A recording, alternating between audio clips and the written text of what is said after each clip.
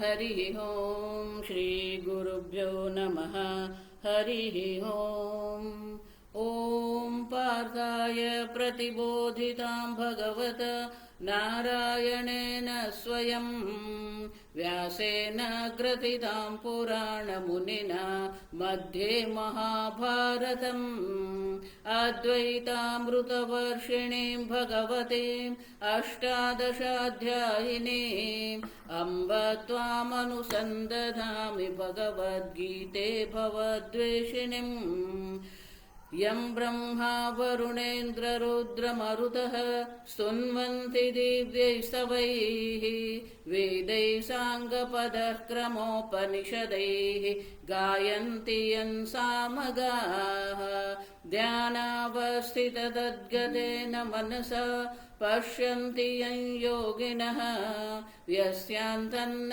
विदुः सुरासुरगणाः देवाय तस्मै नमः। ॐ सहना भवतु सहनौ भुनक्तु सह वीर्यं करवावहै तेजस्विनावधीतमस्तु मा विद्विषावहै। ॐ शान्ति शान्ति शान्तिः।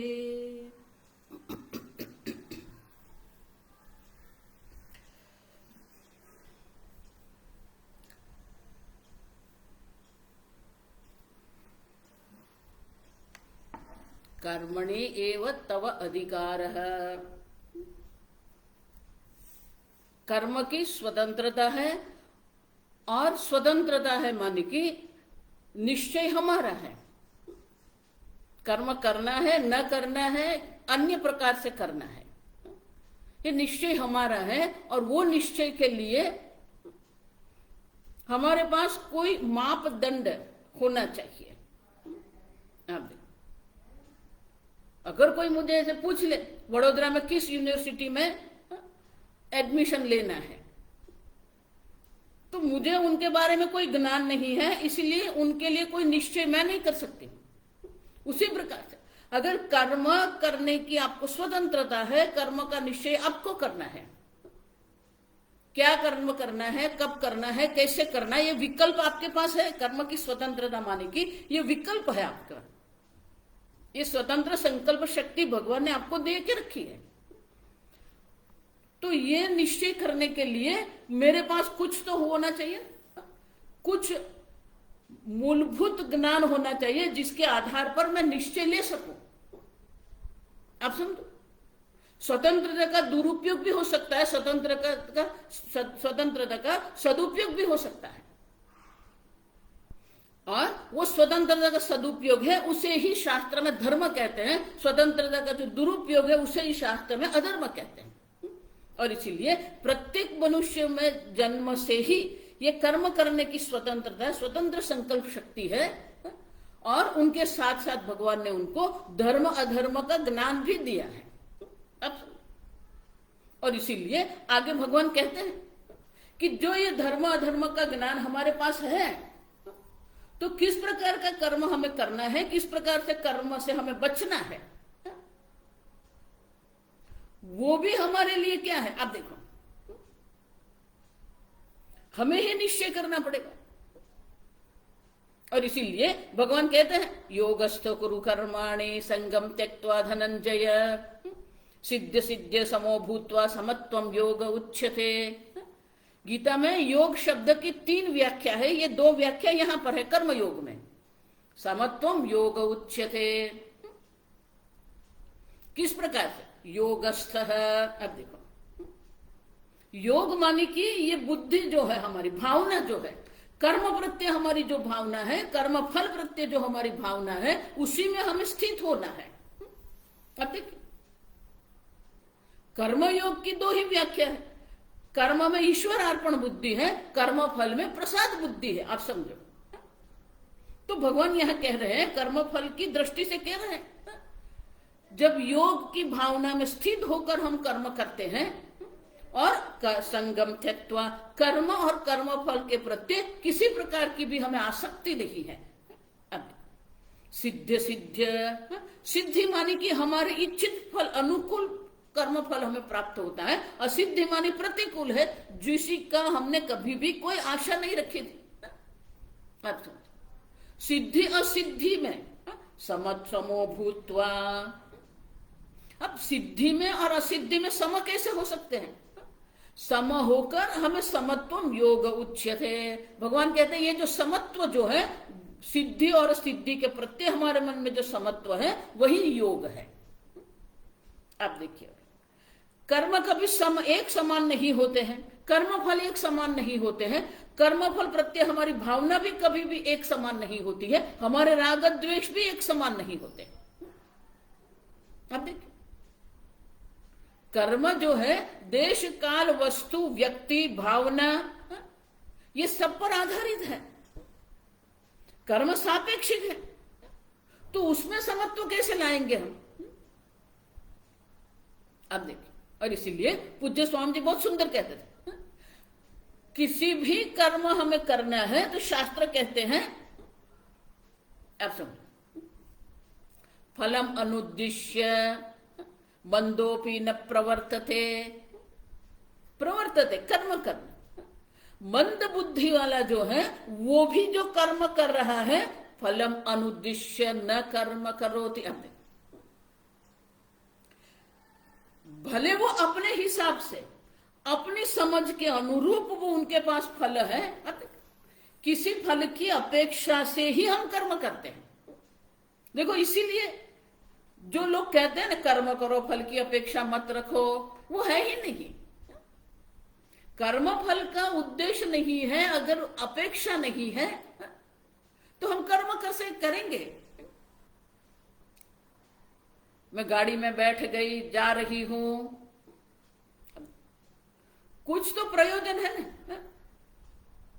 फलम अनुद्दिश्य प्रयोजन अनुद्दिश्य। अब देखिए, कोई ना कोई फल, कोई ना कोई प्रयोजन है जिसको ध्यान में रखकर ही हम कर्म का निश्चय करते हैं।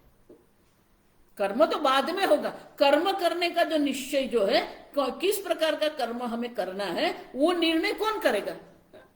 फल प्रयोजन करेगा। अब समझो, अपेक्षा तो है ही हमारी, संगम तक तो आसक्ति नहीं है, तो कर्म फल की अपेक्षा से ही कर्म जो साधन है उनका निश्चय होगा। अब देखिए, तो कर्म हम करते हैं तो हमारे कर्म फल की अपेक्षा है, वो अपेक्षा के अनुसार जब हमें कर्म फल मिलता है। आप देखिए, भगवान हमें कर्म फल देते हैं। आप समझो, अगर वो कर्म जो है, स्वामी जी कहते थे 4 प्रकार से हमारे होता है। आप देखिए, हमने कर्म किया है, उसका कर्म फल की हमें अपेक्षा है। कर्म फल की अपेक्षा के अनुसार 4 प्रकार के कर्म फल होते हैं। भगवान 4 प्रकार के कर्म फल देते, भगवान तो कर्म के अनुरूप ही कर्म फल देते हैं, लेकिन हमारी जो अपेक्षा है, हमारा जो प्रयोजन है, उनकी दृष्टि से 4 प्रकार के कर्म फल होते हैं। हमारे अपेक्षा के अनुसार कर्म फल है, अपेक्षा से अधिक कर्म फल है, अपेक्षा से न्यून कम है, अपेक्षा से विरुद्ध है। अब देखिए, अपेक्षा के अनुसार और अपेक्षा से अधिक अगर हमें कर्म फल की प्राप्ति होती है तो हम उसको सिद्धि कहते हैं। अपेक्षा से कम अगर मिलते हैं या अपेक्षा से विरुद्ध अगर हमें कर्म फल प्राप्त होता है तो हम उसे असिद्धि कहते हैं। अब देखिए, फल तो फल ही है, हमारी अपेक्षा में जो अगर सिद्धि है तो क्या कहेंगे? सफल हो गए, सक्सेस मिल गया। अब देखिए, तो फल के अगर जो स लगता है वो सब भगवान ने नहीं लगाया है। भगवान हमें सफलता निष्फलता नहीं देते हैं। आप समझो, भगवान हमें कर्म फल देते हैं।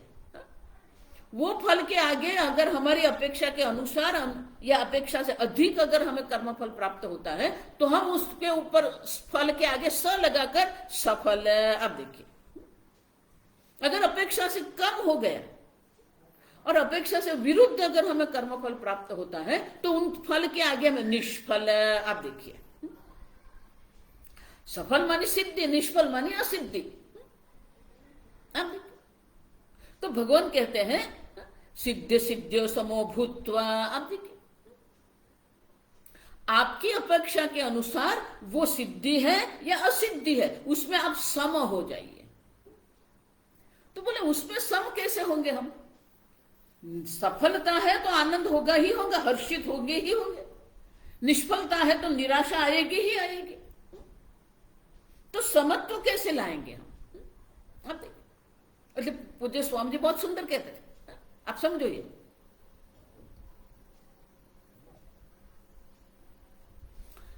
आगे के श्लोक में हम देख के गए, कर्म करने का अधिकार हमें है, कर्म करने की स्वतंत्र संकल्प शक्ति हमारे पास।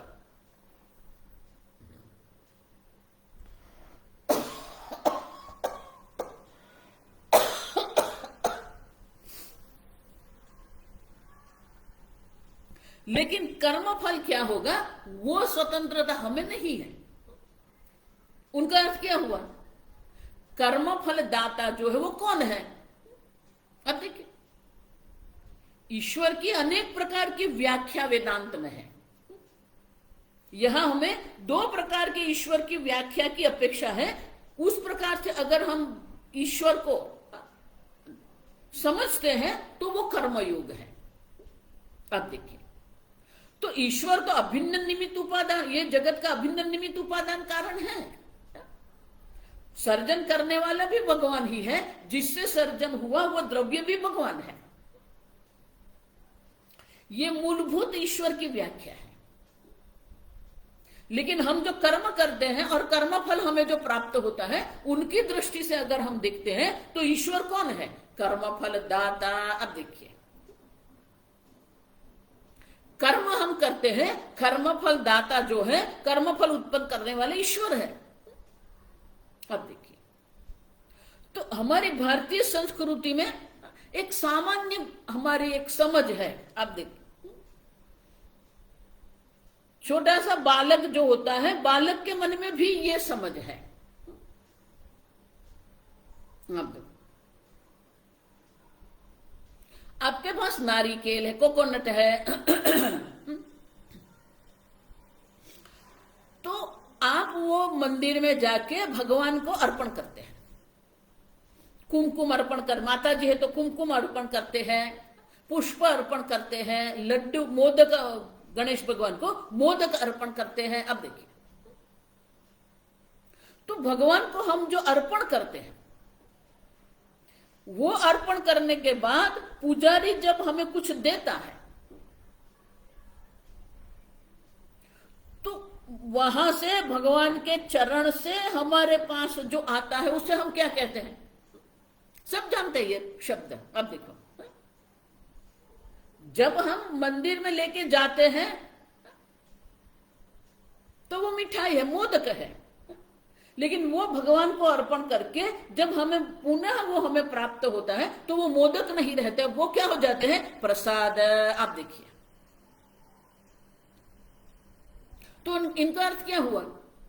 जो वस्तु हम भगवान को अर्पण करते हैं और भगवान हमें जो पुनः देते हैं उसे हम प्रसाद कहते हैं। अब सब जानते हैं, वस्त्र भी हम भगवान को, माता जी को सारी अर्पण करते हैं और फिर वो वस्त्र हमें मिलता है, वो प्रसाद है। तो ईश्वर के पास से जो हमें मिलता है उसे हम प्रसाद कहते हैं। तो कर्मफल कौन देता है? ईश्वर देते हैं। तो कर्मफल ईश्वर देने वाले हैं, तो प्रत्येक कर्मफल भी क्या हो गया? प्रसाद हो गया। अब देखिए, इसलिए मैंने व्याख्या क्या करके रखी, कर्म फल के प्रत्यय जो प्रसाद बुद्धि हम रखते हैं उसे ही समत्व योग उच्यते। अब देखिए, सिद्धि भी जो हम जिस हमारी दृष्टि से जिसको हम सिद्धि कहते हैं वो भी कर्म फल है जो ईश्वर देता है। हमारी दृष्टि से जो निष्फलता है वो भी देने वाला ईश्वर है, तो वो भी प्रसाद है। अब देखिए, हमारा प्रारब्ध कर्म भी क्या है? कर्म फल है। अब देखिए, हमारा शरीर भी जो है वो कर्म फल है, माता पिता कर्म फल है, पुत्र पुत्री, पौत्र पौत्री, देश काल वस्तु देह, अब सब हमारे कर्म फल है। तो संपूर्ण जगत में हम क्या कर सकते हैं? ये जगत बनाने वाला भी ईश्वर है, जगत के संचालन करने वाला भी ईश्वर है। हमारे भोग के लिए, हमारे प्रारब्ध कर्म के भोग के लिए, उपभोग के लिए भगवान ने ये जगत की रचना की है। अब देखिए, तो ये संपूर्ण जगत प्रति हमें प्रसाद बुद्धि रखना है। वो प्रसाद बुद्धि को कहते हैं समत्वम योग उच्यते। आप देखिए, समत्व माने कि सिद्धि है या असिद्धि है, इच्छनीय है अनिच्छनीय है, ईश्वर हमें वो दे रहा है, ईश्वर का प्रसाद है। आप देखिए, इसलिए स्वामी जी कहते थे मंदिर में जो हमारी प्रसाद बुद्धि है वो मंदिर से बाहर निकल के संपूर्ण विश्व में वो विस्तृत होनी चाहिए। परिवार जो मिला हमें वो भी हमारी प्रसाद बुद्धि होनी चाहिए। ये मैं कह रही हूं ना, वो बहुत सरल है, लेकिन प्रसाद बुद्धि इतनी सरल नहीं है। हमारे माता पिता के प्रत्यय, हमारे भाई बहन के प्रत्यय, हमारे शिक्षक के प्रत्यय, हमारे देश के प्रत्यय, हमारे काल के प्रत्यय, हमारे मन में अनेक प्रकार से विरोध, अस्वीकार पड़ा हुआ है। आप देखिए, असंतोष है, अस्वीकार है, आग्रह है। आप देखिए, आप सब। और इसीलिए प्रसाद मानी क्या? अब देखो, अंग्रेजी में उनका कोई अनुवाद नहीं है प्रसाद का, आप समझो। और इसीलिए पूज्य स्वामी जी ने बहुत सुंदर कहा, प्रसाद मानी क्या है? चीयरफुल एक्सेप्टेंस, सहर्ष स्वीकार करना है, रोते रोते नहीं, सहर्ष आपके सामने वर्तमान काल में जो परिस्थिति है, जो व्यक्ति है, उनको सहर्ष आप स्वीकार करते हैं तो वो प्रसाद बुद्धि है। और प्रसाद बुद्धि सामान्य समान है। आप देखिए, समत्वम योग उच्यते। आप देखिए, कर्मफल जो सिद्धि असिद्धि जो कर्मफल है, वो कर्मफल में हम सम हो जाते हैं, प्रसाद बुद्धि हम बना देते हैं। तो भगवान कहते हैं ये जो समत्व जो है, ये प्रसाद बुद्धि जो है, वही योग है। आप देखिए, लेकिन हमारी समस्या क्या है? दूरेण ही अवरम कर्म बुद्धि योग धनंजय बुद्ध शरणमन विच्च कृपणा फल हेतव। अब देखिए,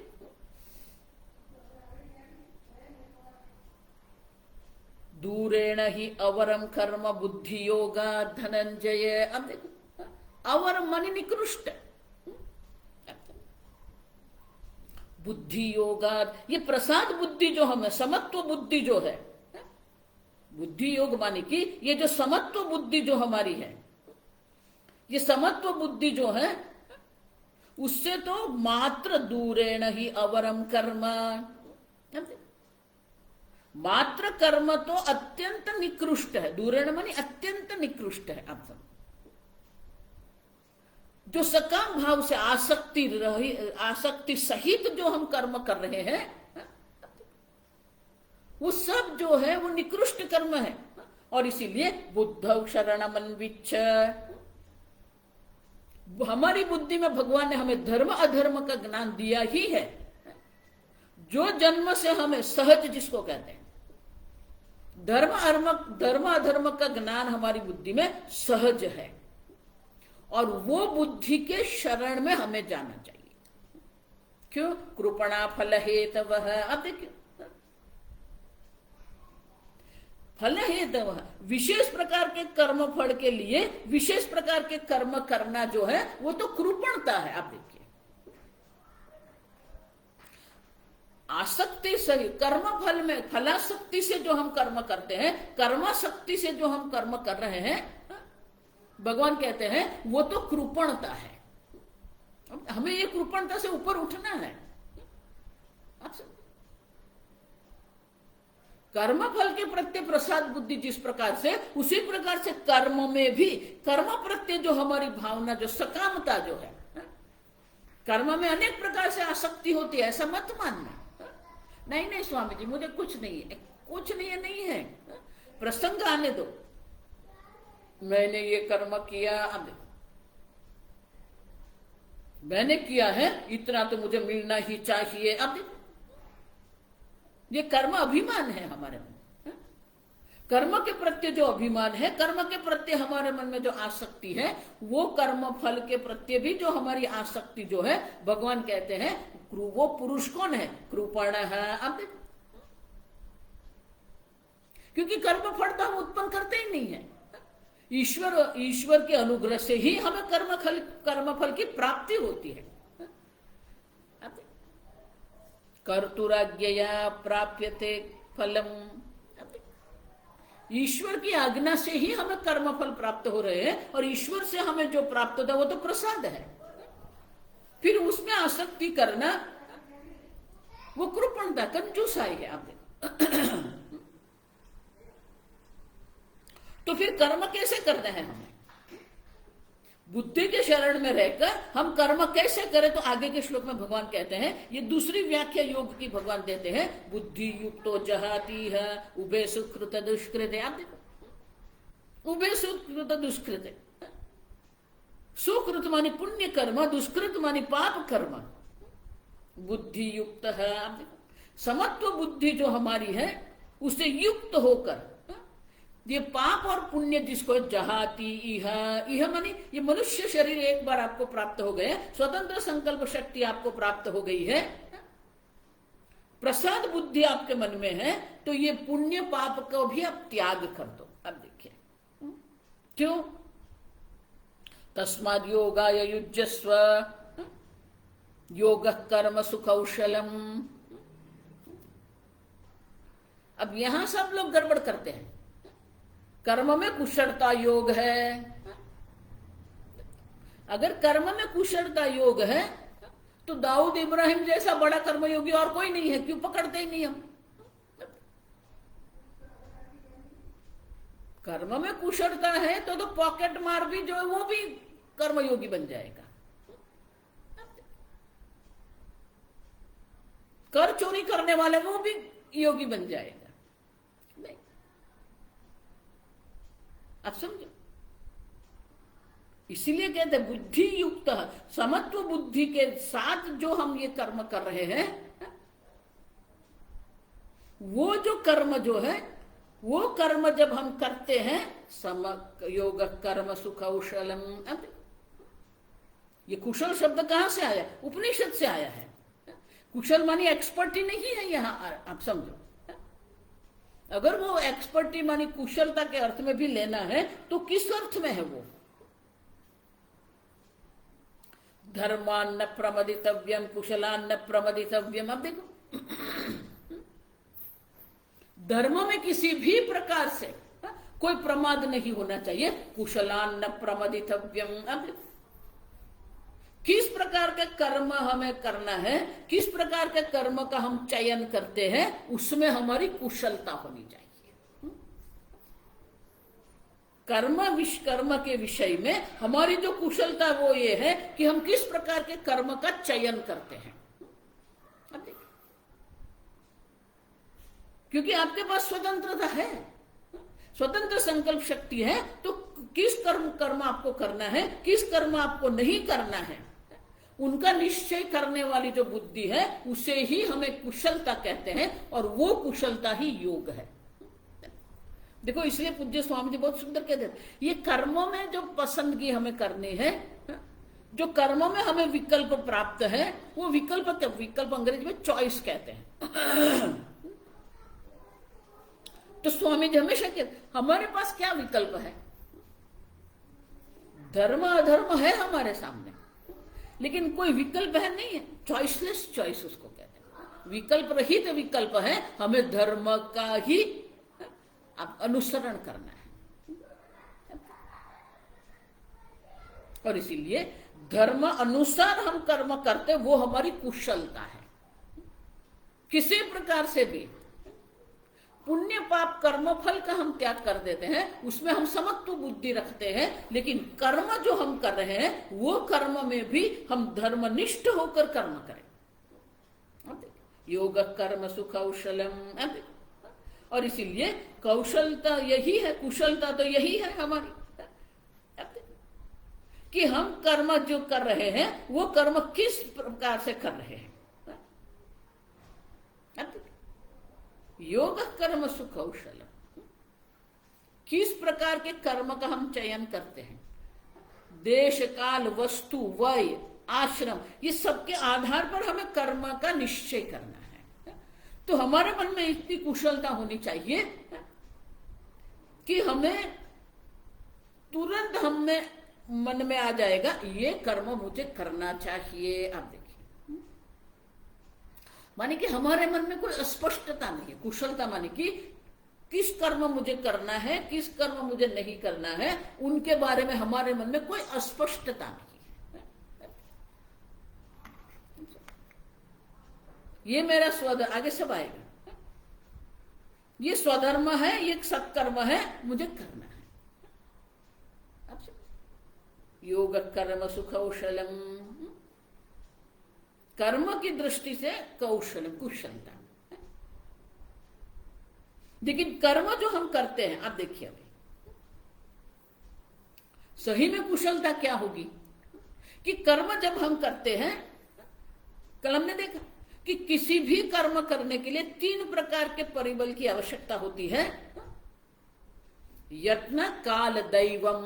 अब देखिए, प्रयत्न हमें करना है, प्रामाणिकता से हमें प्रयत्न करना है, प्रामाणिकता से हम काल में, जो कर्मफल प्राप्त होता है वो कर्मफल में जितना ही काल की आवश्यकता है वो उसकी भी हम गिनती करते हैं। लेकिन दैवम जो है, निश्चय तो दैवम करेंगे। आप देखिए, तो इनका अर्थ क्या हो गया?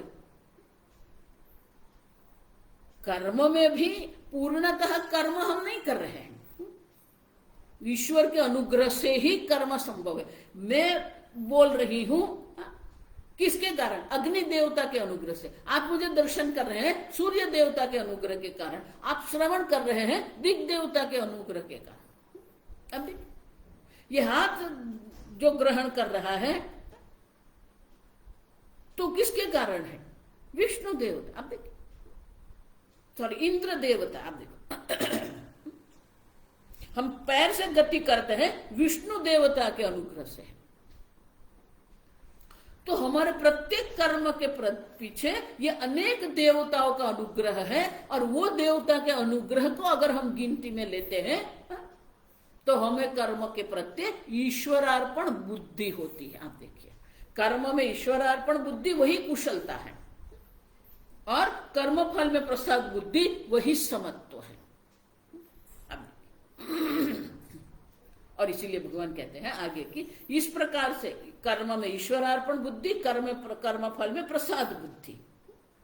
अगर इस प्रकार से आसक्ति रहित तो होकर ईश्वरार्पण बुद्धि से हम कर्म करते हैं, जो कर्मफल हमें प्राप्त हुए हैं और जो कर्मफल हमें प्राप्त होंगे उसके प्रति प्रसाद बुद्धि अगर हम नहीं रखते हैं, अगर ईश्वरार्पण बुद्धि और प्रसाद बुद्धि रहित हम कर्म करते हैं तो क्या होता है? तो आगे के श्लोक में कहते हैं कर्मजम बुद्धि युक्ता ही फलम त्यक्त्वा मनीषिणः जन्म बंध विनिर्मुक्ता पदम गच्छन्ति अनामयम। अगर इस प्रकार से हम कर्म योग करते हैं तो हमारे क्या होता है? जन्म बंध विनिर्मुक्ता। आप देखिए, ईश्वरार्पण बुद्धि से कर्म करेंगे, प्रसाद बुद्धि से कर्म करेंगे तो हमें जन्म मृत्यु जो है उससे हमें मुक्ति प्राप्त होती है। आप समझो, कर्मजम बुद्धि युक्ता ही। आप देखो, कर्मयोग की बुद्धि से युक्त होकर अगर हम कर्म करते हैं, फलम त्यक्त्वा। अब देखो, कर्म फल का त्याग माने कि कर्म फल के प्रति कोई आसक्ति नहीं है। मनीषिण, ये कौन करता है? मनीषिण है, विवेकी जन जो है, तो वो जन्म बंधन से मुक्त हो जाता है। पदम गच्छन्ति अनामयम। अब देखो, उसे बिल्कुल निर्मल विशुद्ध पद की प्राप्ति हो जाती है, मोक्ष की प्राप्ति उसको होती है। उनका अर्थ क्या हो गया? अगर हम ईश्वरार्पण बुद्धि से, प्रसाद बुद्धि से कर्म नहीं करते हैं तो हमें अवश्य बंधन में पड़ना पड़ता है। आगे भगवान ने कहा कर्म बंधम प्रहासति। तो कर्म बंधन से छूटना है तो ये कर्म योग जो भावना जो है वो भावना भी हमें बनानी है। और एक बार ये कर्म फल की भावना, कर्म और कर्म फल के प्रत्यय की हमारी भावना एक बार बन जाती है तो क्या होता है? तो अगले 2 श्लोक में भगवान हमें दर्शाते हैं कि जो आत्मज्ञान की इच्छा हमें है, जो पूर्णता की प्राप्ति हमें करनी है, जो अनंत सुख की हमें प्राप्ति करनी है, तो ये कर्मयोग के द्वारा ही सिद्ध होता है। क्यों? कर्मयोग की भावना के कारण क्या होता है?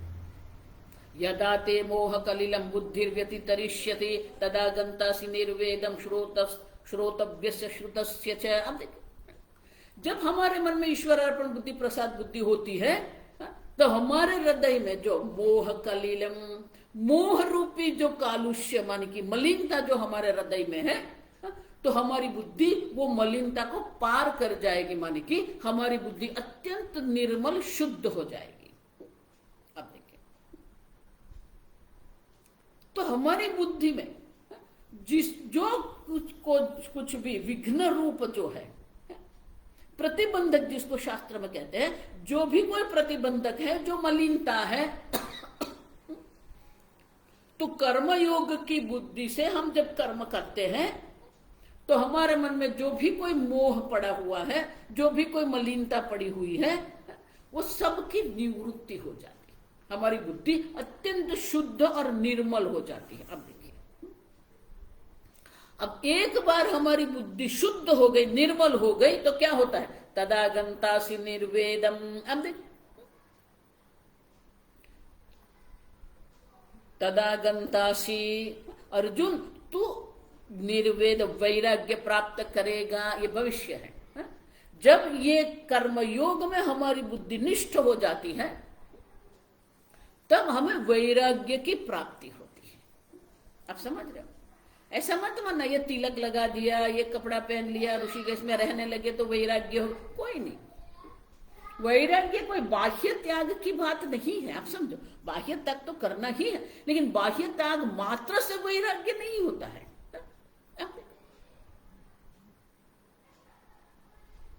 सही में वैराग्य क्या है? हमारी बुद्धि में से ये मोह रूपी जो कालुष्य जो है, मोह रूपी जो मलिनता है, वो पूर्णतः निवृत्त हो जाती है।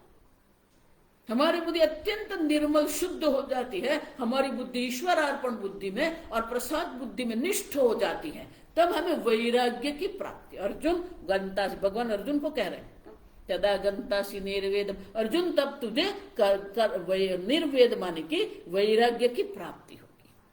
तो बोले किससे वैराग्य होगा? श्रोतव्यस्य श्रुतस्य च, जो श्रवण करने योग्य है या जो श्रवण किया। देखो, हमारे जीवन में 80% जो हमारा, 90% जो हमारा ज्ञान जो है, वो सब श्रवण करके ही आया है। अब ठीक से क्यों भगवान ये कह, दो बात है यहाँ पर। व्यवहारिक दृष्टि से देखते हैं तो जो भी हमें विषय के बारे में हम सुनते हैं, उतना ही नहीं, श्रुत मानी वेद में जो विशेष प्रकार के कर्मफल की बात की है, जो विशेष प्रकार के कर्म दर्शाए हैं, सुने हुए कर्म, कर्मफल या सुनने योग्य कर्म और कर्मफल। अब देखिए, वो सबके प्रति हमारे मन में वैराग्य प्राप्त होता है।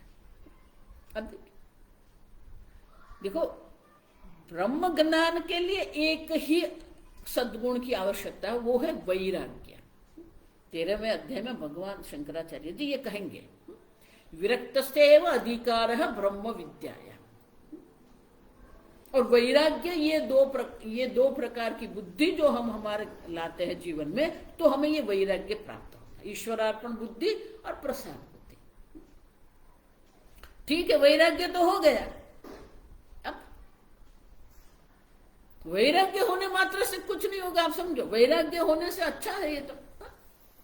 इसलिए मैं पुनः पुनः कहता, आप कुंभ मेले में एक बार जाइए, आपको अनेक प्रकार के वैरागी मिलेंगे। उसे ये संसार से कोई संबंध है ही नहीं। माता पिता भाई बहन, विशेष प्रकार के भोग, उससे उनको कोई संबंध नहीं है। सब वैरागी बाबा है। वैष्णव संप्रदाय है, शैव संप्रदाय है, शाक्त संप्रदाय है, अघोर संप्रदाय है, अनेक प्रकार के संप्रदाय है। नागा बाबा कहते हैं, सब प्रकार के, अखाड़ा है।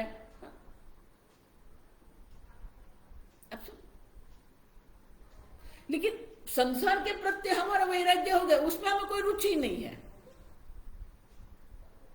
भगवान की भक्ति करना, ध्यान करना, तपश्चर्या करना, उसी में आनंद है उनको। सांसारिक भोग के प्रति कोई आसक्ति नहीं है। वैराग्य होने के बाद क्या है आप देखिए, मुंडकोपनिषद में भी यही कहा है, परीक्ष लोकान कर्मचिदान ब्राह्मण निर्वेदम आयात, वहां पर भी वही शब्द है। जब ये लोक का हम परीक्षण करते हैं तो देखते हैं कि अनित्य है, दुखात्मक है, ये तो अनिश्चित है ये जगत, तो उनके प्रति हमारे मन में वैराग्य प्राप्त होता है। जब मन में वैराग्य होता है तो क्या करना चाहिए? उपनिषद कहते हैं सगुरुमेव विगच्छेत, उनको गुरु के पास है। और गुरु कौन है? श्रोत्रिय ब्रह्मनिष्ठम गुरुम, श्रोत्रिय, शास्त्रम अधीतेति श्रोत्रिय है, जिसने अपने गुरु के पास बैठकर शास्त्र अध्ययन किया है। ये स्वप्न वाला छोड़ देना, बहुत सारे लोग ये बात करते हैं, मुझे स्वप्न में गुरु जी आए, ज्ञान दिया, ये छोड़ दो। साक्षात गुरु के सामने बैठकर जिसने ब्रह्म ज्ञान प्राप्त किया है, श्रवण किया है, उतना ही नहीं, अभी भी वो शास्त्र अध्ययन कर रहे हैं, ब्रह्मनिष्ठम, और जो ब्रह्म ज्ञान है ब्रह्म में ही उनकी निष्ठा हो गई है। तो वैराग्य होने के बाद क्या है? और इसलिए भगवान आगे कहते हैं श्रुति विप्रतिपन्ना ते यदा स्थास्यति निश्चला, इस प्रकार से श्रुति विप्रतिपन्ना,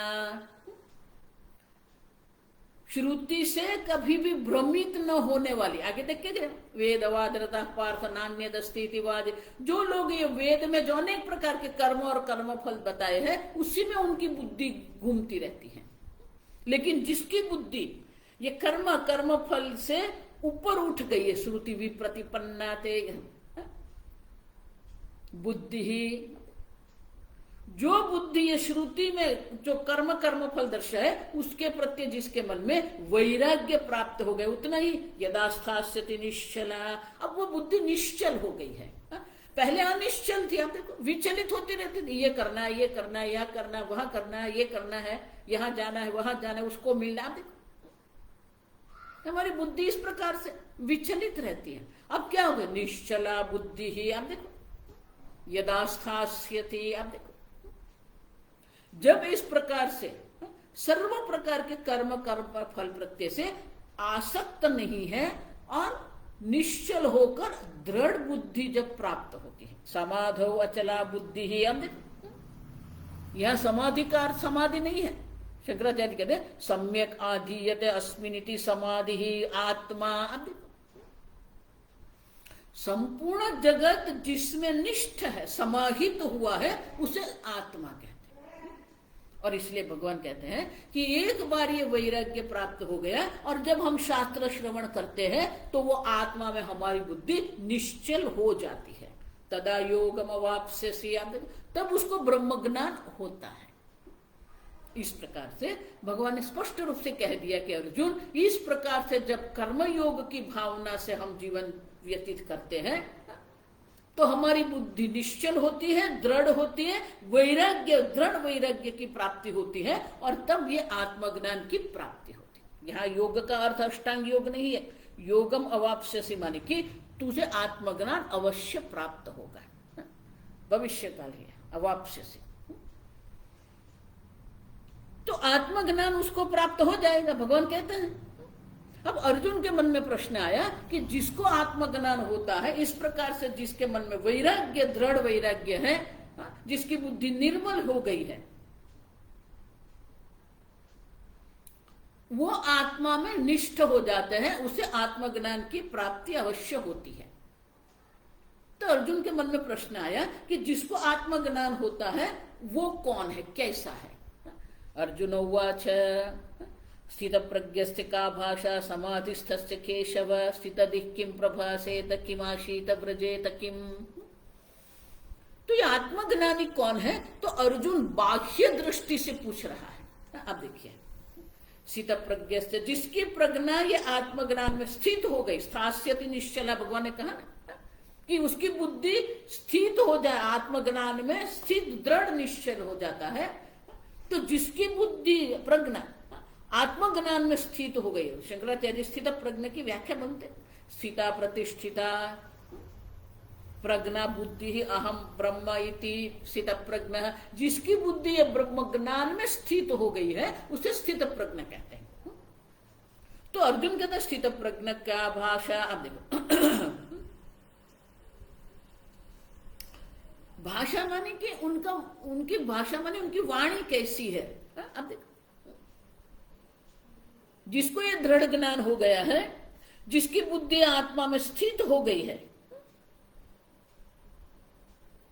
उनकी वाणी कैसी है, उनका वर्तन कैसा है, उनके लक्षण क्या है। आप देखिए भाषा मानी व्याख्या, लक्षण भी होता है। समाधिस्थस्य, वो समाधि मानी कि आत्मा में स्थित है। हे केशव, जो आत्मा में स्थित हो गया है, जो आज समाधि स्थित प्रज्ञा, जिसको ये दृढ़ ज्ञान प्राप्त हो गया है, जो आत्मा में समाधि समाहित हो गया है, उनके लक्षण क्या है, उनकी वाणी क्या है। स्थितधीहि किम प्रभाषेत किमासीत व्रजेत किम। अब देखो भाषा मानी उनका लक्षण क्या है, और किम प्रभाषेत, किस प्रकार से वो बोलता है, किस प्रकार से वो आसित बैठता है, किस प्रकार से वो चलता है। अब तो अर्जुन ने सोचा कि ये बाह्य लक्षण से हमें समझ में आएगा कि ज्ञानी कौन है।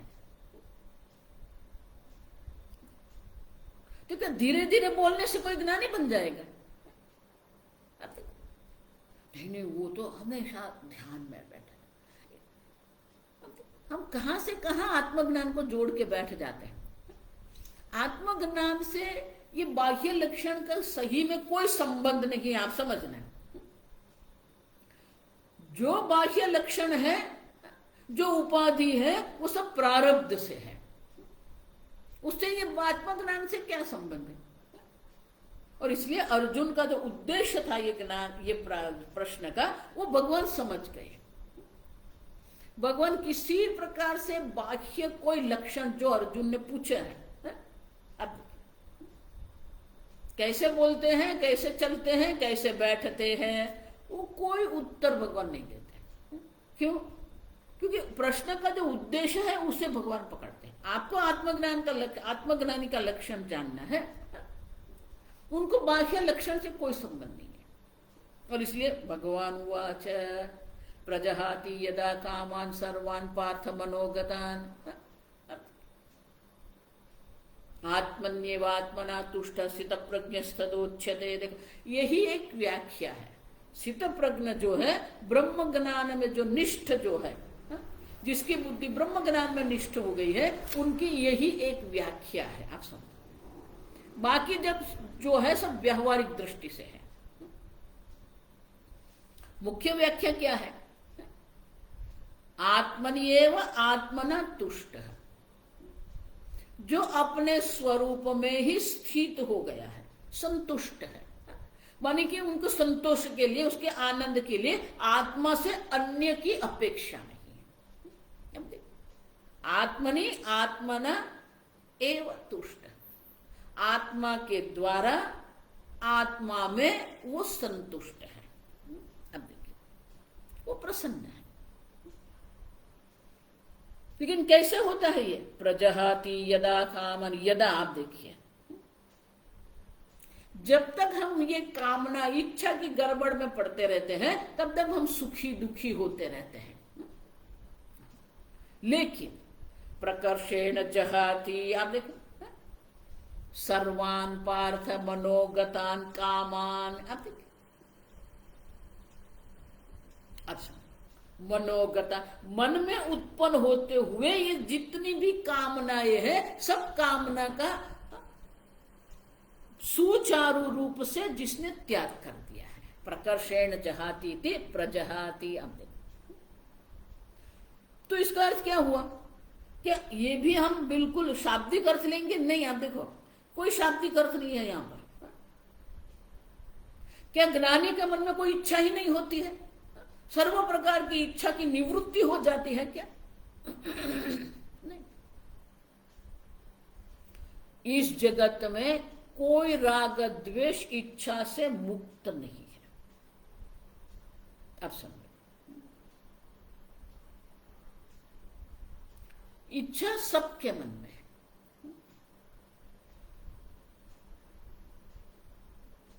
इंद्रियाणि इंद्रियार्थेषु राग द्वेषो व्यवस्थित। अब देखो, सर्व की बुद्धि में ये राग, काम जो है, इच्छा जो है, दो प्रकार से व्यक्त होती है, राग और द्वेष के रूप में।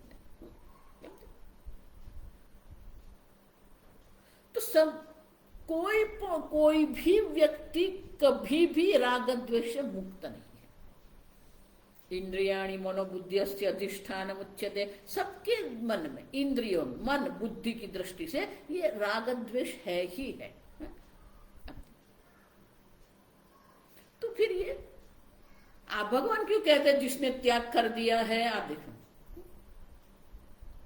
देखो, इसलिए ये जहाती नहीं का, प्रजहाती का, प्रकर्षेण जहाती।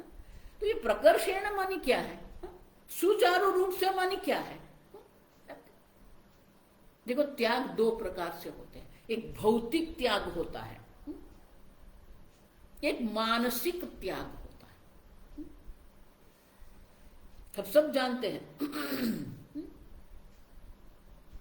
सती ने जिद करके रखी, हमारे पिताजी यज्ञ कर रहे हैं, हमें वहां जाना है। महादेव ने कहा, आपको, हमें आमंत्रण नहीं मिला है और हमें जाने की आवश्यकता नहीं है। अब सती ने जिद कर दिया।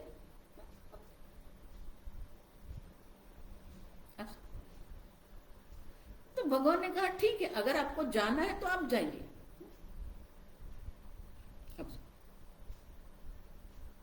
तो अपनी जिद के सामने भगवान जो कह रहे थे वो सती नहीं समझ सकी, और इसलिए भगवान ने क्या कर दिया? भगवान ने छोड़ दिया सती को अपने हाथ पर।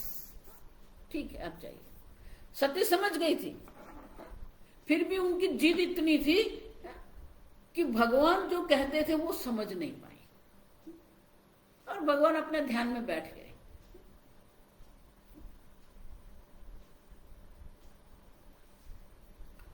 भौतिक रूप से नहीं, मानसिक रूप से भगवान ने छोड़ दिया। ठीक है, सती को जो करना है वो करे। अब दूसरा प्रसंग देखिए।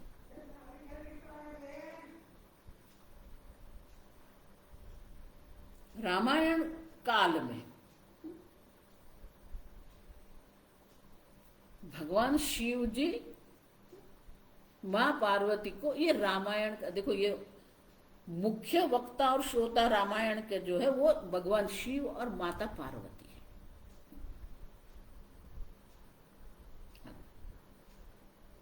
तो जब ये भगवान शिव जी, भगवान महादेव उपदेश कर रहे थे, तो भगवान के वनवास की जब बात आई तो भगवान ने कहा कि अभी ये वनवास भगवान राम का हो रहा है। अब भगवान वनवास में है। तो माता सीता ने कहा कि मुझे वो भगवान के दर्शन करना है।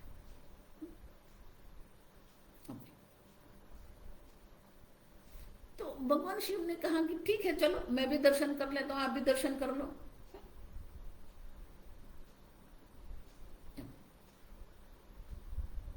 तो गए। अब देखा कि भगवान राम क्या कर रहे। रावण ने सीता हरण कर लिया था, भगवान राम शोकग्रस्त थे। भगवान प्रत्येक वृक्ष को, पक्षी को, पशु को पूछ रहे थे, मेरी सीता को देखा क्या, मेरी सीता को देखा क्या। तो भगवान शोकग्रस्त होके सीता के लिए रोते थे। अब मां पार्वती के मन में शंका हो गई, ये आपके भगवान राम है, ये सीता के लिए रो रहे हैं, ये वृक्ष को पूछते हैं, पशु को पूछते हैं। तो उनके मन में शंका हो गई कि ये सही में नारायण है, भगवान राम है।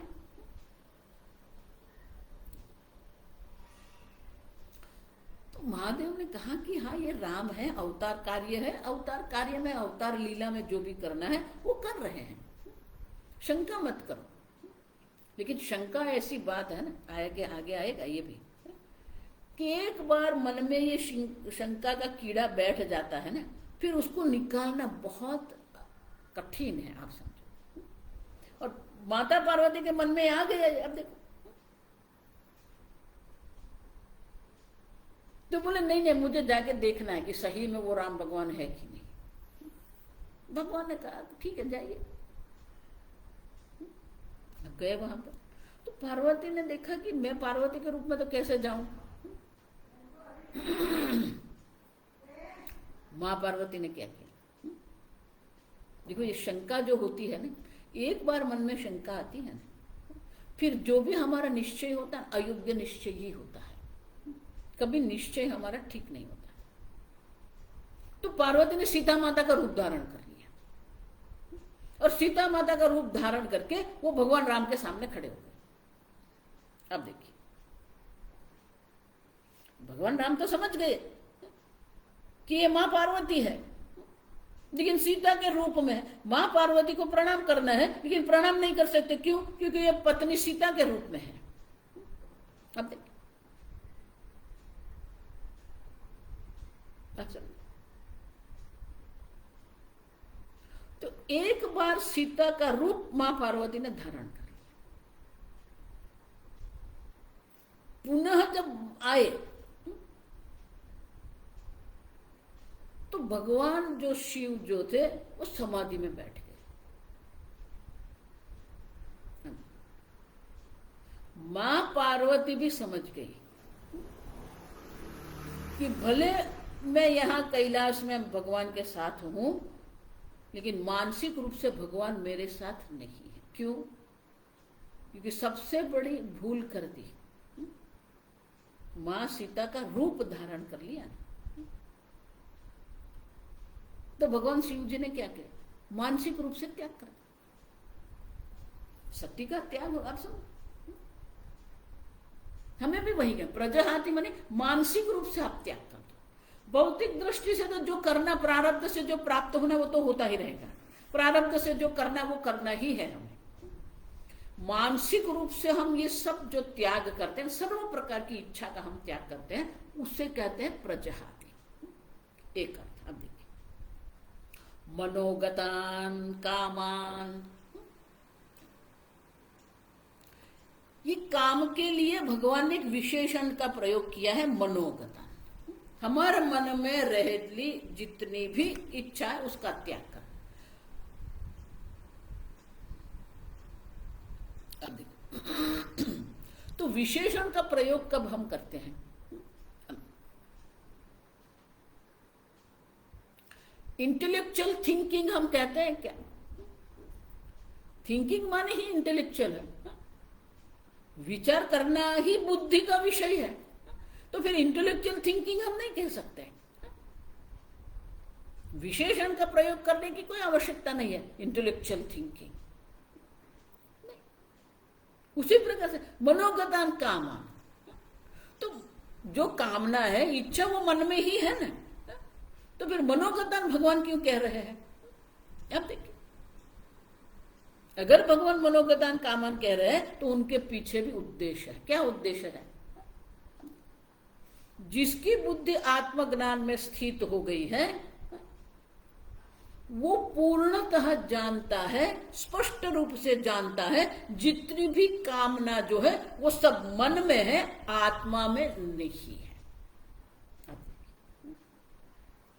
मनोगतान माने कि कामना जो है वो मन में रहती है, आत्मा कामनाओं से मुक्त है। इस प्रकार से जो समझ के द्वारा जो कामनाओं का त्याग करता है,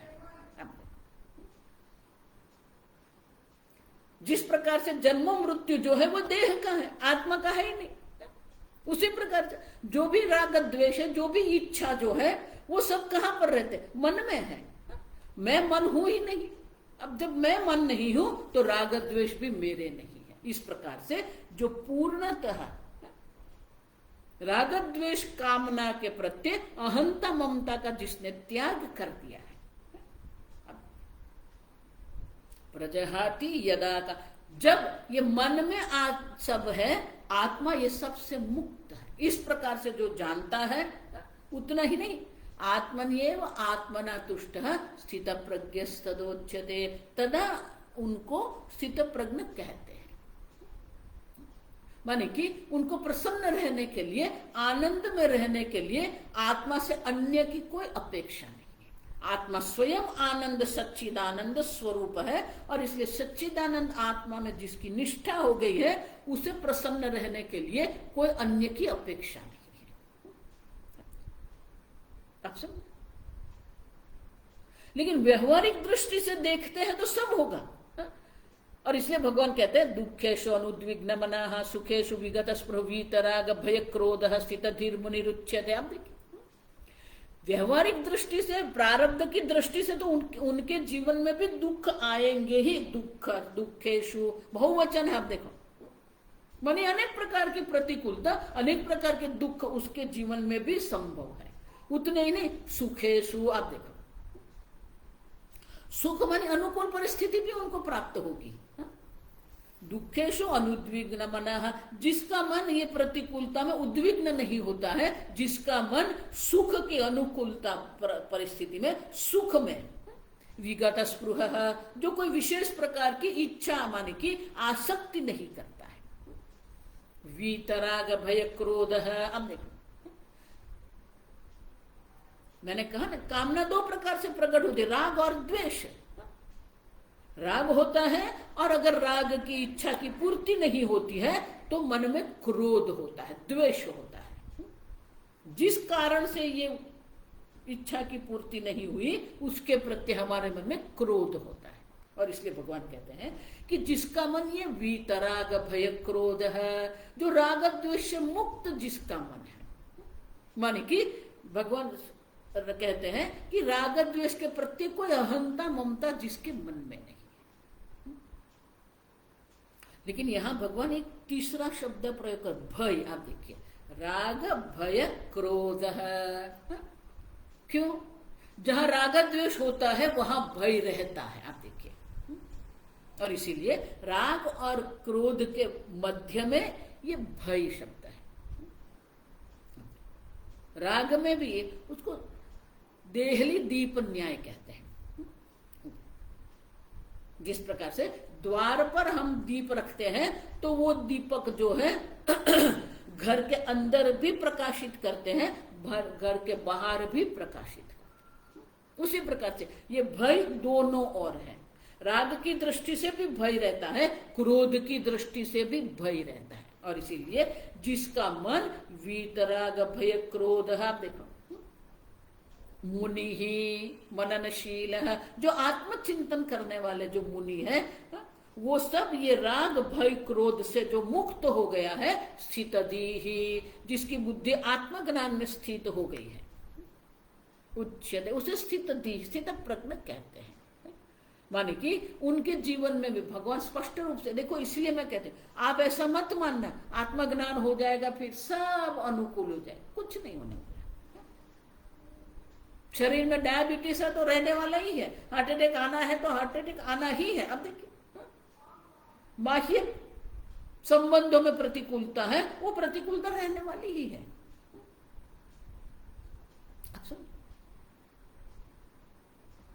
और इसीलिए सुखेशु दुखेशु, माने सुख देने वाली परिस्थिति भी आएगी, दुख देने वाली प्रतिकूल परिस्थिति भी उनके जीवन में रहेगी, लेकिन उनका मन ये राग भय क्रोध से मुक्त है, और इसलिए वो उद्विग्न भी नहीं होता है, अत्यंत हर्षित भी वो कभी नहीं होता है। और उसे भगवान कहते हैं स्थितधि ही मुनि ही उच्यते, उसे ही स्थित प्रज्ञ कहते हैं।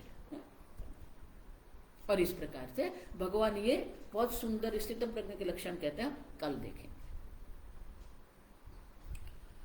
ओम स्वस्ति प्रजाभ्यः परिपालयन्ताम् न्यायेन मार्गेण महिं महिषाः गोब्राह्मणेभ्यः शुभमस्तु नित्यं। लोकाः समस्ताः सुखिनो भवन्तु। काले वर्षतु पर्जन्यः, पृथिवी सस्यशालिनी। देशो यंक्षोभरहितः, ब्राह्मणाः सन्तु निर्भयाः।